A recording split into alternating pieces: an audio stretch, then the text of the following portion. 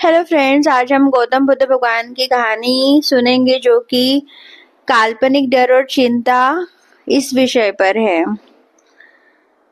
कथा का शीर्षक है आधा अधूरा डर। एक बार की बात है, एक व्यक्ति जिसका नाम सोमेश था हमेशा चिंताओं से घिरा रहता था।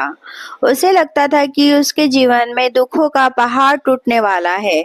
इसी बेचैनी में वो गौतम बुद्ध भगवान के पास पहुंचा।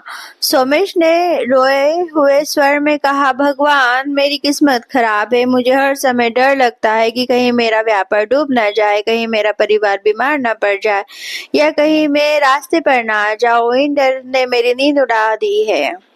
बुद्ध भगवान मुस्कुराए और बोले, सोमेश, चलो आज एक खेल खेलते हैं। तुम आज रात मेरे आश्रम के उस पुराने कमरे में रहोगे जो पिछले 10 सालों से बंद है, पर ध्यान रहे, लोग कहते हैं वहां एक पुराना साया रहता है।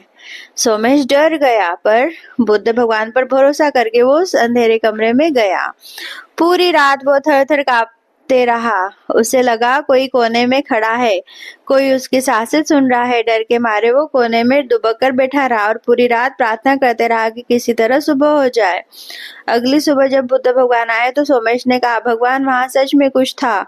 मैंने एक भयानक साया देखा जो मुझे मारने वाला था। बुद्ध भगवान उसे वापस उस कमरे में ले गए और खिड़कियां खोल दी। सूरज की रोशनी अंदर आई तो सोमेश ने देखा कि जिसे वो साया समझ रहा था वो दरअसल एक पुरानी लकड़ी की सीढ़ी थी। उस पर रखा हुआ था एक पुराना कपड़ा।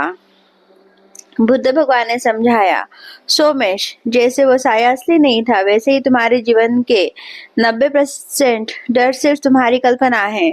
तुम उस डर से लड़ रहे हो जो अभी तक पैदा ही नहीं हुआ। भविष्य की चिंता में तुम अपने आज को खो रहे हो। इस कथा की सीख, डर एक चक्र है। हमारे डर तभी तक बड़े दिखते हैं जब तक हम उन्हें अंधेरे अज्ञान में देखते हैं। ज्ञान की रोशनी पड़ते ही वो कपड़े की तरह मामूली निकलते हैं। वर्तमान में जिए, कल क्या होगा ये सोचकर दुखी होना बिल्कुल वैसा ही है जैसे बिना बारिश के ही छतरी खोलकर खड़े हो जाना। मन का नियंत्रण, अगर मन को काबू में कर दिया जाए तो कोई भी बाहरी मुसीबत आपको तोड़ नहीं सकती। So thank you so much. आप लोगों का कैसा लगा आपको ये चैनल? अगर अच्छा लगता है तो प्लीज लाइक और सब्सक्राइब जरूर करिएगा। मिलते हैं हम नेक्स्ट वीडियो में। Bye bye, take care.